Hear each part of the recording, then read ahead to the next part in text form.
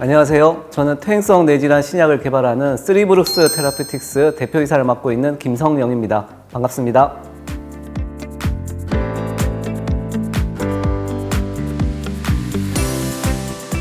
우리 뇌는 굉장히 많은 세포로 구성이 되어 있고 굉장히 복잡한 네트워킹을 가지고 있기 때문에 이러한 뇌에 관련된 정보를 굉장히 제한적으로 알고 있습니다. 그렇기 때문에 관련된 치료제 개발이 힘들다고 말할 수 있겠습니다.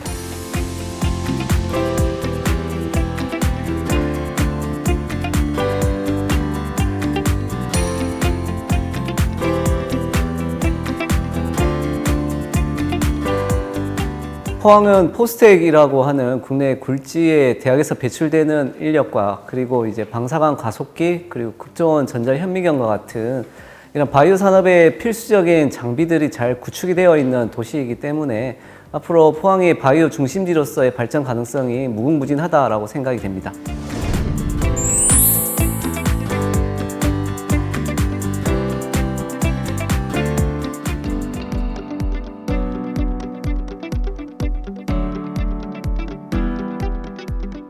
2024년 새해 여러분은 새로운 성장을 위해서 어떤 목표들을 계획하고 계시는지요? 네, 포항시는 2차 전지, 수소, 또 로봇 같은 미래 신성장 산업에 몰두를 하고 있는 모습입니다. 그리고 미래 신산업 하면 또 바이오를 빼놓을 수가 없는데요. 포항의 미래 먹거리로서 바이오 산업에 대한 이야기 나눠주실 분 오늘 톡톡 동해인에 모셨습니다.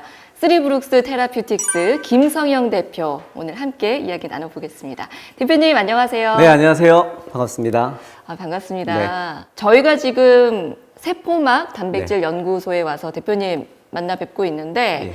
대표님 운영하시는 그 회사가 네. 세포막 단백질과 연관이 있나요? 예, 맞습니다. 저희 세포막 단백질을 타겟으로 해서 신약을 연구하고 있습니다. 이름이 좀 어렵다는 얘기를 들으실 것 같긴 해요. 예. 쓰리브룩스 테라퓨틱스 뜻도 궁금하고 네. 어떤 회사인지 간단하게 설명 좀 해주시죠. 예, 저희 쓰리브룩스 테라피틱스는 퇴행성 뇌질환, 알츠하이머 치매라든지 파킨슨병 이러한 질병의 치료제를 개발하는 회사이고요. 신약을 만들기 위해서 환자와 그리고 과학과 그리고 돈 이 세 가지가 모여서 환자에게 필요한 신약을 만들겠다라고 하는 뜻을 가진 이름입니다. 창업하신 지 이제 1년 조금 네. 넘으신 거잖아요. 네. 근데 1년 조금 지났으면 제 생각엔 한참 힘들 때일 것 같은데 네. 굉장히 촉망받는 기업이라고 제가 소문을 들었고 아유, 잘 봐주셔서 감사합니다. 투자도 많이 받으신다고 이야기를 들었습니다. 비결이 뭘까 좀 궁금하면서 이전에는 어떤 일을 하셨던 거예요? 저는 국내 큰 제약회사에서 실제 신약 개발 업무를 진행을 했었고요. 그 이후에 사내벤처를 창업을 해서 실제 벤처에서 신약을 개발하는 일을 진행을 했었습니다. 아마 이러한 저의 백그라운드가 투자에 좀 좋은 영향을 미친 걸로 생각이 됩니다. 사내벤처를 네. 운영을 해 보시다가 네. 거기서 노하우도 많이 얻고 예. 사내벤처로는 조금 욕심이 안 차셨나 봐요. 내 이제- 회사를 열어야겠다? 예, 맞습니다. 사내벤처는 결국 그래도 남의 회사다 보니까 좀 제 회사를 운영하고 싶은 그런 마음이 있어서 새롭게 창업을 하게 됐습니다. 알겠습니다. 어쨌든 환영하고요. 감사합니다. 저희가 이제 바이오에 대한 이야기를 나누고 있어서 좀 기초적인 질문부터 좀 드리고 싶습니다. 바이오 얘기 너무 많이 하거든요. 네. 포항시에서도 바이오에 대해서 굉장히 많이 좀 지원을 하겠다라는 입장을 갖고 있고 좀 이렇게 인프라도 많이 구축을 하려고 하고 있는데 바이오라는 분야 자체가 네. 제가 생각한 것보다 너무 광범위하더라고요. 어디서부터 어디까지가 바이오일까라는 생각을 좀 해봤습니다. 정리를 한번 해주시죠. 바이오는 제 생각에는 살아있는 생명체에 관련된 학문 및 산업을 이야기하는 것 같습니다. 제일 큰 시장은 아무래도 사람과 관련된 치료제라든지 의료기기 같은 이러한 것을 우리가 레드바이오라고 얘기를 하고요. 사람과 관련된 것이기 때문에 아무래도 시장이 가장 큰 부분이고요. 그리고 동물이라든지 아니면 식물과 같은 산업을 우리가 그린바이오라고 얘기를 하고요. 화이트 바이오는 우리가 실제 산업과 관련된 바이오 매스, 쉽게 말해서 어떤 연료를 만들거나 이런 산소를 만들거나 이런 산업을 우리가 화이트 바이오라고 이렇게 얘기를 하고 있습니다. 그럼 아까 신약 개발하신다고 하셨으니까 대표님이 하시는 일은 레드바이오 쪽이라고 맞습니다. 보면 되는 건가요? 네, 레드바이오입니다. 이게 아무래도 사람의 어떤 생명과도 연관이 되는 부분이고 시장이 크다고 하셨는데 네. 레드바이오 시장이 뭐 얼마나 큰가요? 레드바이오 시장은 그 여러분들 잘 아시는 자동차라든지 아니면 반도체 네. 다들 아실 텐데 그 두 개의 시장을 합친 것보다 더 큰 시장을 가지고 있습니다. 점점 사람들이 고령화되고 있고 환자는 점점 많아지면서 그리고 사람들은 늙어가면서 어떻게 잘 늙어 안 아프게 늙어가고 싶은 그러한 원초적인 욕구를 가지고 있기 때문에요. 그렇죠. 점점 시장은 커질 걸로 예상이 되고 그 시장 규모만 하더라도 전 세계적으로 수천조에 이르는 시장을 형성하고 있습니다. 수천조. 예, 수천조입니다. 숫자가 너무 커서 네. 가늠이 안 되는 정도인데 하긴 지금 뭐 전 세계적으로 고령화가 너무나 네. 빠르게 일어나고 있고 우리나라도 예외가 아니다 보니까 당연한 얘기다라는 생각도 드네요. 네. 퇴행성 뇌질환 그 신약 개발하신다고 하셨잖아요. 레드바이오도 시장이 워낙 크고 뭐 사람과 관련된 네. 바이오도 너무나 그 카테고리가 많을 텐데 그쪽을 선택한 계기가 따로 있으세요? 우선 퇴행성 뇌질환은 약이 없는 질환이 되겠습니다. 대표적으로 이제 알츠하이머, 치매와 파킨슨이 가장 환자가 많은 질환 분야인데 두 질환 모두 이제 약이 없어서 일단 발병이 되게 되면은 그 사람들은 약이 없이 그냥 쭉 진행되면서 죽음을 맞이할 수밖에 없는 그러한 이제 의학적, 미충족 수요가 굉장히 큰 분야라고 할 수 있고요. 네. 시장성 측면에서도 마찬가지로 점점 고령화되면서 지금 치매는 10명 중에 1명, 파킨슨은 100명 중에 1명꼴로 발병을 하고 있습니다. 그래서 시장성 측면에서도 엄청난 잠재력을 가지고 있기 때문에 저희는 퇴행성 뇌질환 쪽으로 신약을 만들고 있습니다. 근데 요즘은 뭐 암도 네. 웬만하면 초기에 발견하면은 대부분 치료가 가능한 경우들이 많이 있고 이제는 대부분 뭐 웬만한 병들은 다 인류가 어느 정도 극복이 가능하다라는 인식들이 있는데 네. 뇌질환만큼은 그렇게 아직도 약이 네. 없군요. 맞습니다. 근데 또 요즘 사람들 보면 제일 두려워하는 것 중에 하나가 치매잖아요. 네. 이게 왜 그렇게 약 개발하는 게 어려운 문제인가요? 뇌가 굉장히 복잡하기 때문에 그렇다고 생각을 합니다. 뇌는 또 하나의 우주라고 이렇게 얘기를 하는데요. 그만큼 아직 우리는 모르는 것이 너무 많고요. 모르는 것이 너무 많기 때문에 이 치료제를 개발하려고 노력은 하고 있지만 아직까지 효과적인 약은 나오지 않는 것 같습니다. 그러면 이 이제 약이 나오게 된다고 하면 그거는 그야말로 정말 획기적인 예. 인류사의 사건이 되겠네요. 엄청난 사건이 되겠죠. 예. 뇌질환 관련한 신약을 개발하는 게 네. 보통 다른 신약 개발이랑은 그 프로세스 자체가 다른가요? 뭐 다른 신약과 만드는 과정은 거의 비슷한데요. 하나 특이한 점은 결국 약이 작용을 하기 위해서는 먹었을 때 뇌로 가야 된다는 그러한 특징을 가지고 있거든요. 예. 근데 우리 뇌는 굉장히 중요한 부위이기 때문에 이 뇌 스스로 다른 이제 약이라든지 다른 물질들이 침투하지 못하게 방어막을 가지고 있어요. 그래서 그 방어막을 뚫는 게 굉장히 힘든 작업입니다. 네. 그게 이제 다른 질환군이랑 좀 차별화되는 그러한 좀 점이라 할 수 있겠습니다. 그러면은 신약 개발 과정도 당연히 네. 달라질 수밖에 없겠고 훨씬 어렵습니다. 뭐 어떤 식으로 진행되는지 뭐 다 이해는 못하겠지만 네. 갑자기 궁금한데 좀 들어볼 수 있나요? 우선은 저희가 만들려고 하는 이제 약물을 만들고 나서요. 테스트를 세포에서 테스트를 한다. 시험실 안에 있는 이제 세포에서 테스트를 한 다음에 효과가 있으면은 네. 이제 마우스라든지 아니면 랩트, 쥐. 예. 쥐를 이용을 해서 그 쥐를 이제 우리 사람이 걸리는 이제 질환을 유사하게 만들 수가 있어요. 예. 그 유사하게 질환을 만들어서 질환이 이제 만들어진 쥐한테 약물을 넣어서 이제 효과가 있는지 확인을 하고요. 그런 다음에 이제 효과가 있는 것이 확인이 되면은 이제 실제 사람 이제 임상 시험을 진행을 하게 됩니다. 근데 쥐한테 효과가 있었다고 사람한테도 꼭 효과가 있는 거는 아닐 것 같은데 제 생각에는. 거의 효과가 없는 게 훨씬 많습니다. 통계적으로 실제 임상 시험은 1상부터 2상, 3상으로 나눌 수가 있는데 예. 임상 1상에 들어가서 2상, 3상을 통과해서 약으로 발매되는 확률은 10%도 안 된다고 알려져 있습니다. 문득 궁금합니다. 그 어려운 걸 왜 하시나요? 조금 쉬운 거 하셔도 될 것 같은데. 저는 이제 이런 바이오 산업을 네. 다른 산업과 구별되는 점이 경제적인 그런 거 이외에 의미가 있는 직업이다라고 생각을 하거든요. 우리가 만드는 약은 나중에 우리 가족이 쓸 수 있는 약이다라고 생각을 하고 있어서 그런 측면에서 좀 보람이 있는 직업인 것 같습니다. 그럼 대표님께서 지금 개발을 하고 있는, 지금 약 개발하고 있는 거 있을 거 아니에요? 예. 그건 어떤 약이에요? 저희 지금 파킨슨병이랑 알츠하이머 치매 약 개발하고 있습니다. 우선 순위는 파킨슨병에 두고 있고요. 거기에서 효능이 확인되면은 후에 이제 알츠하이머 치매로 확장을 할 계획입니다. 언제쯤 나올 수 있을까요? 일반적으로 신약이 이제 시작해서 그리고 출시까지 한 10년에서 15년 정도 걸린다고 알려져 있습니다. 저희가 이제 시작한 지 얼마 안 됐으니까. 1년 됐으니까. 네. 한 14년은 기다렸는데. 알겠습니다.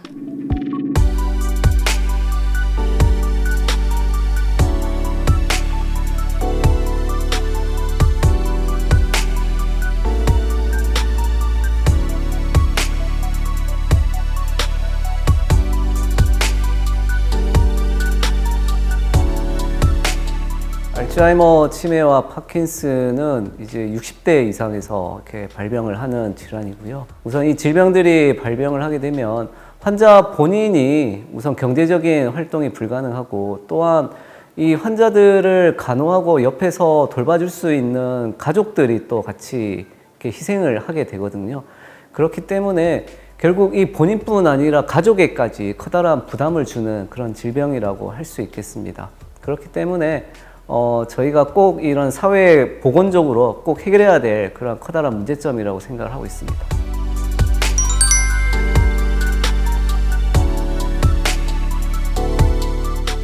현재 그 환자들이 병원에 가서 처방을 받는 약은 단지 증상을 완화시켜주는 그러한 효능을 가지고 있습니다. 그렇기 때문에 결국 그 질병에 대한 증상만 완화시켜주고 그 질병은 계속 진행이 되거든요. 이러한 질병을 근본적으로 이제 치료해 줄 수 있는 치료제가 이제 필요한 상황이고요. 현재 임상 시험에 굉장히 많은 약들이 이런 근본적인 치료제로서 임상 시험을 진행을 하고 있습니다. 그렇기 때문에 아마 10년 이내에 좀 획기적인 치료제가 나오지 않을까라고 생각을 하고 있습니다.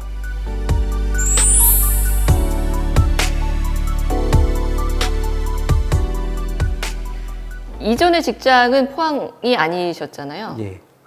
포항에서 창업한 이유가 따로 있으세요? 저희가 세포막 단백질을 타깃으로 해서 약을 만들고 있는데 그 세포막 단백질 신약을 개발하기 위해서는 그 구조 관련된 기반 시설이 필요하거든요. 관련된 기반 시설이 국내에서 가장 잘 갖춰진 곳이 여기 세포막 단백질 연구소, 즉 포항이기 때문에 여기에 이제 회사를 오픈했습니다. 그 시설이라는 게 뭐예요? 우선 첫 번째는 그 방사광 가속기가 있고요. 예. 두 번째는 여기 세포막 단백질 연구소에 이제 있는 크라이오 EM이라고 하는 극저온 전자현미경이 되겠습니다. 둘 다 단백질의 구조를 규명할 수 있는 장비가 되겠습니다. 방사광 가속기랑 이 극저온 전자현미경이 그러니까 구체적으로 뭐 어떤 경우에 유용하게 잘 쓰이는 건지 좀 들어보고 싶습니다. 단백질이라 하면 이제 아시겠지만은 그 우리 몸에 있어서 세포를 구성하는 이제 기능적인 그런 성분이 되겠고요.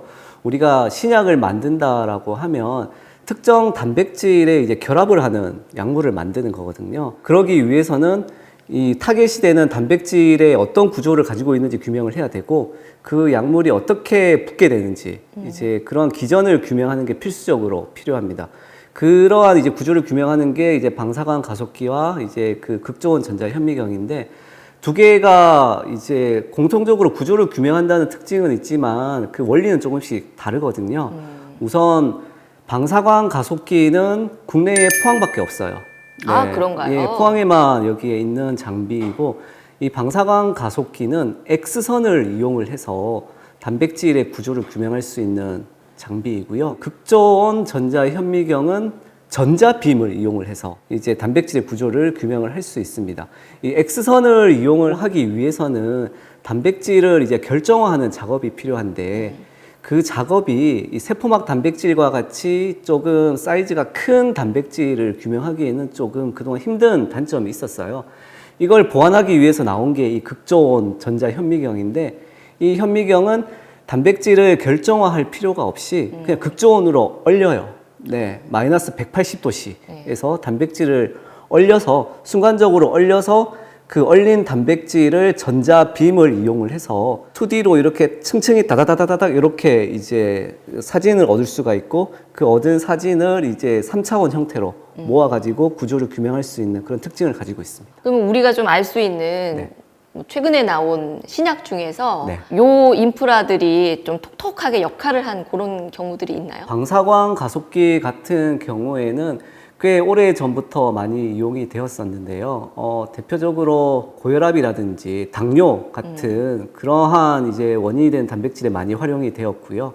그리고 극저온 전자 현미경은 이제 어떻게 보면 MRI처럼 이제 단층화해서 전체적인 3차원적인 구조를 얻는 장비인데, 최근에 이 장비가 신약 개발에 잘 활용이 된 사례가 최근에 엄청난 사회적인 문제였던 코로나19. 그 코로나19에 대한 이제 백신을 만들기 위해서 그 바이러스 세포막에 있는 그 단백질을 타겟으로 해서 이제 백신을 만들게 되는데, 이게 세포막에 있는 단백질이다 보니까는 아무래도 그 기존에 하던 방사광 가속기를 이용한다면 세포막 단백질을 결정화해서 구조를 만드는 건 너무 어렵습니다. 시간도 오래 걸리고요. 하지만 극저온 전자 현미경을 이용을 하면 단기간에 그 구조를 얻을 수가 있기 때문에 최근에 이 극저온 현미경을 이용을 해서 그 코로나19 바이러스에 있는 막단백질을 구조를 결정하는 데 성공을 했습니다. 그거를 기반으로 해서 우리가 맞은 백신이 빠르게 나오게 된 그런 예라고 할 수 있겠습니다. 우리 몸에 이 질병을 일으키는 단백질 중에서 이 세포막 단백질이 차지하는 비율이 절반이 넘어요. 예, 그렇기 때문에 이 세포막 단백질을 이렇게 구조화하는 게 꼭 필수적으로 필요한데, 그 부분에 있어서는 이제 이 방사광 가속기보다는 큰 단백질을 하는데 유리한 극저온 전자 현미경이 훨씬 더 유리하다라고 할 수 있겠습니다. 그러면 신약 개발을 할 때 네. 그 우리 몸에서 질환을 일으키는 예. 그 세포막 단백질들을 좀 정확하게 그 구조를 보기 위해서는 예. 극저온 전자 현미경이 필수적으로 있어야 얘를 정확하게 볼 수가 있는 건가요? 예, 질환을 일으키는 단백질 중에 좀 사이즈가 작은 단백질에는 이제 방사광 가속기가 적합하고, 세포막 단백질 같이 사이즈가 큰 단백질은 이제 극저온 전자 현미경이 훨씬 더 유리하다라고 말씀드릴 수 있겠습니다. 둘 다 현미경은 현미경인데 네. 뭘 보는 건데 네. 조금 역할이 달라서 예, 맞습니다. 이게 둘 다 있어야 되는 거군요. 둘 다 있어야지 너무 좋습니다. 그러면 둘 다 있어야 훨씬 더 예, 정확한 연구를 할 수가 맞습니다. 있는 거군요. 예. 근데 이거 두 개 다 있는 곳은 포항밖에 없고. 맞습니다. 둘 다 있다는 거는 우리가 충분히 좀 많이 내세워도 되는 부분일 포항의 거예요. 자랑이죠. 완전 네.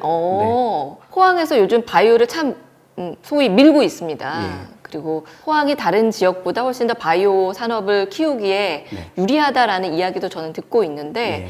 이게 우리끼리만 하는 얘기인지 저는 약간 이제 혼자서 의심을 할 때도 네, 있거든요. 네.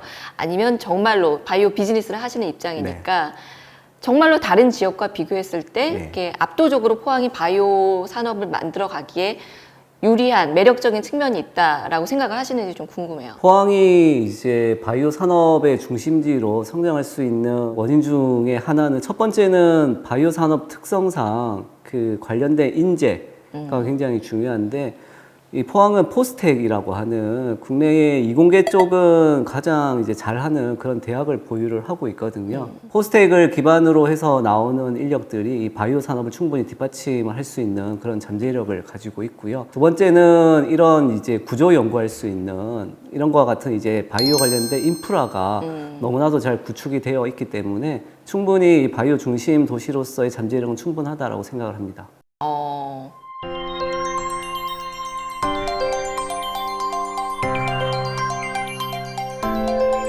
포항은 그 포스텍이라고 하는 이제 우수한 연구 인력, 그리고 이제 그런 기반 시설이 잘 구축이 되어 있는 도시이고요.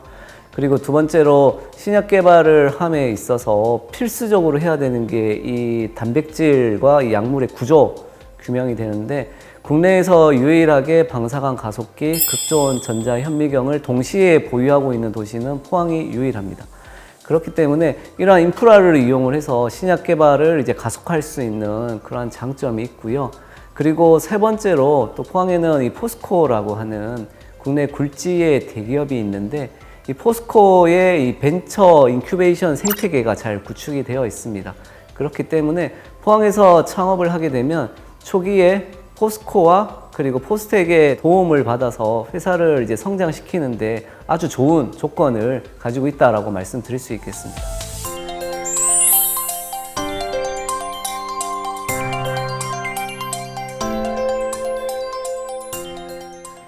포항에도 바이오 기업들이 꽤 많이 있는 것 같더라고요. 또 얼마 전에 제가 보도에서 보니까 포항 바이오 기업 협의회 출범을 했고 네. 또 초대 회장으로 선출이 되셨더라고요, 대표님. 일단 축하드립니다. 아, 감사합니다. 예. 이 협의회는 어떤 계기로 출범이 됐나요? 우선 이 신약 개발 산업은 이제 규제 산업이라고 얘기를 할 수가 있습니다. 그 IT나 뭐 이런 휴대폰이나 이런 거랑 다르게 이게 식약처에 우리가 약을 제출을 하고 식약처에서 허가를 해줘야지 저희가 출시를 할 수가 있어요. 그러한 규제를 이제 통과하는 데 있어서 엄청난 노하우라든지 절차가 까다롭습니다. 그런 측면에서 이 바이오, 특히 신약 산업은 관련자, 관련 구성원들 간의 네트워킹이 엄청 중요시되는 산업이라고 이렇게 말씀을 드릴 수가 있고요. 그 네트워킹이 가장 잘 구축된 곳이 세계적으로 가장 유명한 이제 바이오 클러스터가 미국의 보스턴이 되겠는데 네네. 그 클러스터가 유명한 이유가 이러한 이제 네트워킹이 잘 형성이 되어서 빠르게 신약을 개발할 수 있는 환경이 잘 조성이 되어 있거든요. 그래서 최근에 이제 한국도 뭐 당연히 이제 서울 같은 수도권을 중심으로 해서 이런 네트워킹을 활발하게 하려고 하는 모임들이 활발히 만들어지고 있습니다. 제가 이제 포항에서 창업을 하고 처음에 와서 사업을 이렇게 했을 때 포항은 아직까지 이러한 네트워킹 모임이 아직까지 결성이 안 된 상황이었어요. 그래서 우선은 좀 뜻을 같이 하는 기업 대표님들 여러 명이서 우리가 우선 이런 걸 한번 좀 만들어 가지고 한번 해보자 라고 결심을 했고, 그래서 좀 여기저기 연락을 이렇게 돌려보니까는 다들 똑같은 니즈를 가지고 있더라고요. 이런 거 있으면은 우리도 같이 하겠습니다. 네. 이렇게 다들 동참을 해 주셔서 이번에 12월 달에 26개 기업이 참여를 해서 포항 바이오 기업 협의회를 발족하게 되었습니다. 꽤 많은 기업이 함께하네요. 26개 기업이면 네. 어떤 회사들이 있어요? 이제 앞에서 말씀드린 색깔별로 이렇게 나누면은 예. 가장 많은 회사는 레드바이오 쪽 회사이고요. 그래서 신약 개발이라든지 아니면 의료기기 같은 회사도 있고요. 그 회사가 한 70% 정도 차지를 하고요. 그린바이오가 20%, 화이트바이오 10% 정도 비율로 차지를 하고 있습니다. 골고루 있네요. 예, 골고루 있습니다. 이야. 네. 그 협의회 대표님들 네. 모이시면은 분위기 어때요? 다들 공감하는 부분들이 많아서 할 얘기도 많으실 것 같고. 예, 아무래도 이 대표라는 자리 자체가 조금 터놓고 얘기할 사람도 많이 없고 그런 게 있다 보니까 좀 동질감을 좀 많이 느낀다고 이렇게 해야 될까요? 그래서 서로 위로도 하고요. 네, 맞습니다. 그래서 그렇죠. 한 달에 한 번 정도씩 정기적인 교류회를 통해서 정보 교류도 하고 그리고 뭐 서로 좀 위안도 얻고 그리고 뭐 연구 장비 같은 것도 필요한 게 있으면은 같이 공유를 할 수 있는 이런 시스템을 좀 만들려고 하고 있습니다. 일단 이제 시작은 분위기가 좋고 네. 뭐 어떤 활동들 하자는 얘기들을 하고 계세요? 우선은 바이오 기업은 또 특징 중에 하나가 초반에 성장하는 과정 중에는 매출이 잘 일어나질 않아요. 아무래도 제품이 나오는데 시간이 오래 걸리다 보니까 매출이 없기 때문에 외부에 있는 벤처 캐피탈이라든지 아니면은 큰 회사에서 투자를 받아야 되는 이제 그런 시스템을 가지고 있거든요. 그래서 가장 신경을 써야 될 우리가 협의회가 신경을 쓸 부분은 이렇게 어떻게 좀 투자를 유치할 수 있는 환경을 좀 만들어 보자. 그래서 큰 이런 벤처 캐피탈 회사들이 지금 다 수도권에 있습니다. 예, 그거를 우리 협의회 차원에서 정기적으로 포항으로 좀 불러서 기업 IR도 조금 이렇게 해서 투자를 유치함에 있어서 좀 도움을 드리려고 이렇게 하고 있고요. 그거 이외에 이제 포항에 있는 대학이라든지 아니면은 뭐 영천에 있는 바이오 마이스터고 같은 이런 학교들과 이제 좀 협력 관계를 만들어서 필요한 인력들을 조금 수급하는 데 있어서 도움을 드리려고 하고 있습니다. 하긴 투자가 제일 중요한 예. 부분이기도 하고 포항은 아무래도 서울과 많이 떨어져 있다 예. 보니까 투자 회사들 입장에서도 여기 좋은 회사가 있어도 그걸 미처 맞습니다. 보지 못하는 경우도 얼마나 많겠어요. 맞습니다. 그런 부분들 적극적으로 예. 좀 VC들도 많이 이렇게 불러서 우리 이렇게 좀 회사 소개도 예. 하고 좋은 것 같습니다. 예. 잘 됐으면 좋겠습니다. 열정 있는 대표님들이 네. 모여 계시니까 또 포항에서 회사들을 다 하고 계셔서 우리가 포항의 발전을 위해서 그리고 인류를 위해서 네. 다들 목표도 많으시고 우리 이런 거 좀 해보자라는 얘기들 하실 것 같아요. 예. 어떤 얘기들 하시는지 좀 듣고 싶네요. 다들 그 포항을 사랑하시더라고요. 아무래도 포항에서 사업을 해서 그런지 네. 포항을 사랑하셔서 우리가 되게 젊은 대표도 되게 많아요. 예, 그래서 우리가 뭔가 포항이 이런 바이오 회사를 하기 좋은 환경을 한번 만들어 보자. 그게 아마 대표님들이 창업을 하면서 조금 애로사항이 있었기 때문에 이런 생각을 하는 것 같아요. 그래서 그러한 경험을 좀 바탕으로 해서 좀 포항시청과도 저희가 좀 밀접하게 지금 얘기를 하고 있고요. 그리고 테크노파크도 마찬가지고 이런 유관 기관들과 조금 긴밀한 의사소통을 통해 가지고 우선 좀 회사들이 올 수 있는 이런 환경을 좀 만들어 주자. 예, 그게 뭐 규제 측면이라든지 아니면은 뭐 간단하게면 뭐 임대료 측면에서라도 예, 뭔가 다른 도시 대비 포항 가면은 기업하기 너무 좋아요. 뭐 이런 말이 나올 수 있게끔 예, 그런 환경을 좀 우선 만들어 보는 게 저희 협의회 대표님들의 공통적으로 좀 얘기하고 있는 부분입니다. 그렇게 되면은 서로 다 같이 좋은 거니까요. 예, 맞습니다.